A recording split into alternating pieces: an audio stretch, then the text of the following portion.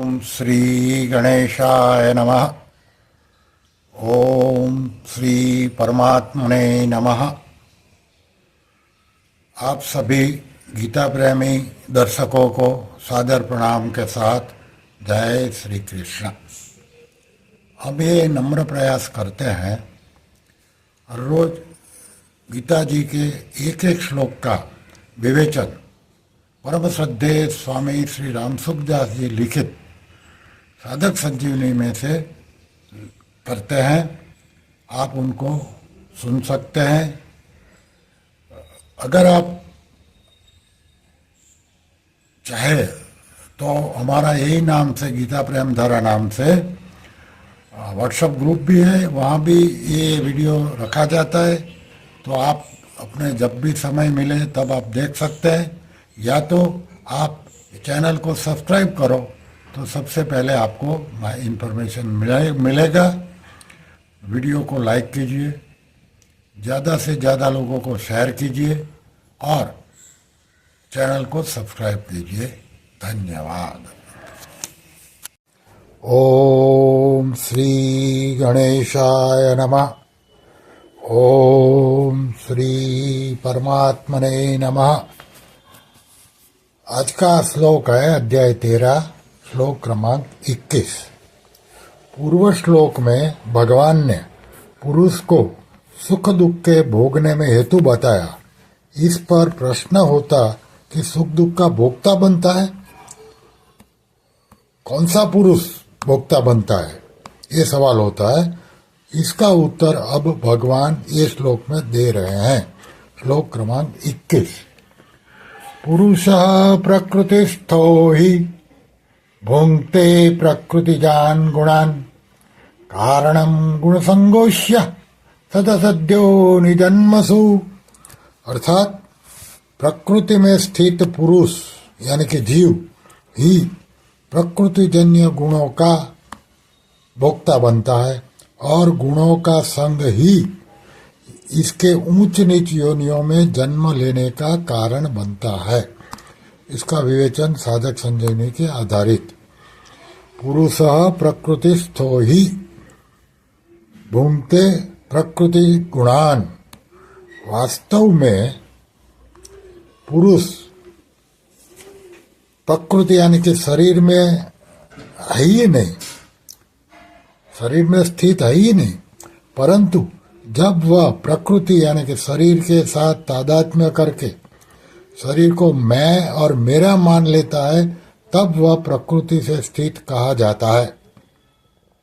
ऐसा प्रकृतिस्थ पुरुष गुणों के द्वारा रचित अनुकूल प्रतिकूल परिस्थितियों को सुखदायी दुखदायी मानकर अनुकूल परिस्थिति के आने पर सुखी होता है और प्रतिकूल परिस्थिति के आने पर दुखी होता है। यही पुरुष का प्रकृतिजन्य गुणों का भोक्ता बनना है। जैसे मोटर दुर्घटना में मोटर और चालक दोनों का हाथ रहता है।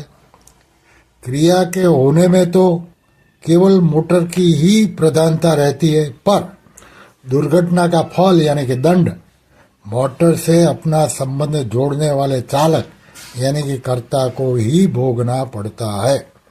ऐसे ही सांसारिक कार्यों का करने में प्रकृति और पुरुष दोनों का हाथ रहता है। क्रियाओं के होने में तो केवल शरीर की ही प्रधानता रहती है, पर सुख दुख रूप फल शरीर से अपना संबंध जोड़ने वाले पुरुष यानी कि कर्ता को ही भोगना पड़ता है।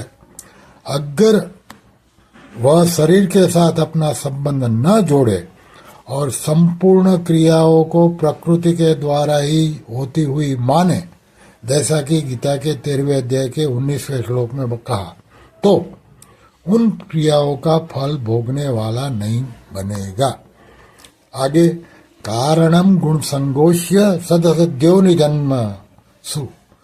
जिन योनियों में सुख की बहुलता होती है उनको सत योनि कहते हैं, और जिन योनियों में दुख की बहुलता होती है उनको असत योनि कहते हैं।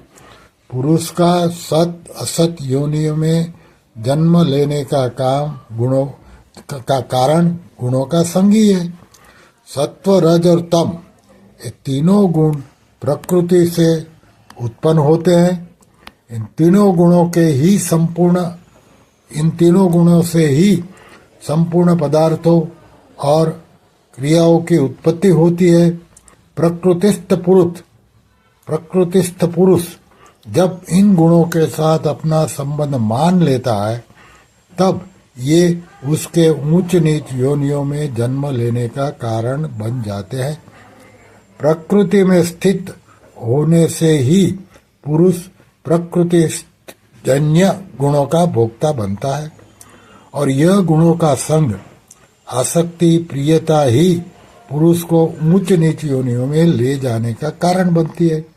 अगर यह प्रकृतिस्थ न हो, प्रकृति यानी कि शरीर में अहंता ममता न करे, अपने स्वरूप में स्थित रहे, तो यह पुरुष सुख दुख का भोक्ता नहीं बनता, प्रत्युत सुख दुख से सम हो जाता है,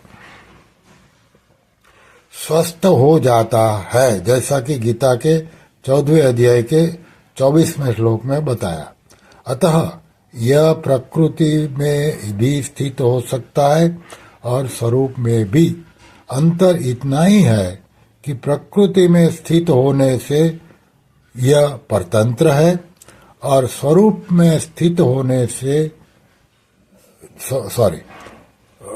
प्रकृति में स्थित होने से तो यह परतंत्र है, और स्वरूप में स्थित होने से यह स्वाभाविक स्वतंत्र है। बंधन में पड़ना इसका स्वाभाविक है,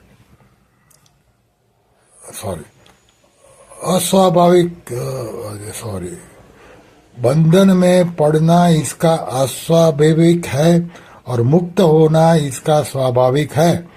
इसलिए बंधन इसको सुहाता नहीं है, और मुक्ति होना इसका सुहाता है। जहाँ प्रकृति और पुरुष दोनों का भेद यानी कि विवेक है, वहाँ ही प्रकृति के साथ तादात्म्य करने का, संबंध जोड़ने का अज्ञान है। इस अज्ञान से ही यह पुरुष स्वयं प्रकृति के साथ तादात्म्य कर लेता है। तादात्म्य कर लेने से यह पुरुष अपने को प्रकृतिस्थ अर्थात प्रकृति यानी कि शरीर में स्थित मान लेता है। प्रकृतिस्थ होने से शरीर में मैं और मेरापन हो जाता है। यही गुणों का संग है। इस गुण संग से पुरुष बंध जाता है, जैसा कि गीता के 14वें अध्याय के 5वें श्लोक में बताया। गुणों के द्वारा बंध जाने से ही पुरुष की गुणों के अनुसार गति होती है, जैसा कि गीता के 14वें अध्याय के 18वें श्लोक में कहा, श्री कृष्ण शरणम मम, श्री कृष्ण शरणम मम, श्री कृष्ण शरणम मम। ओम श्री कृष्णार्पणमस्तु।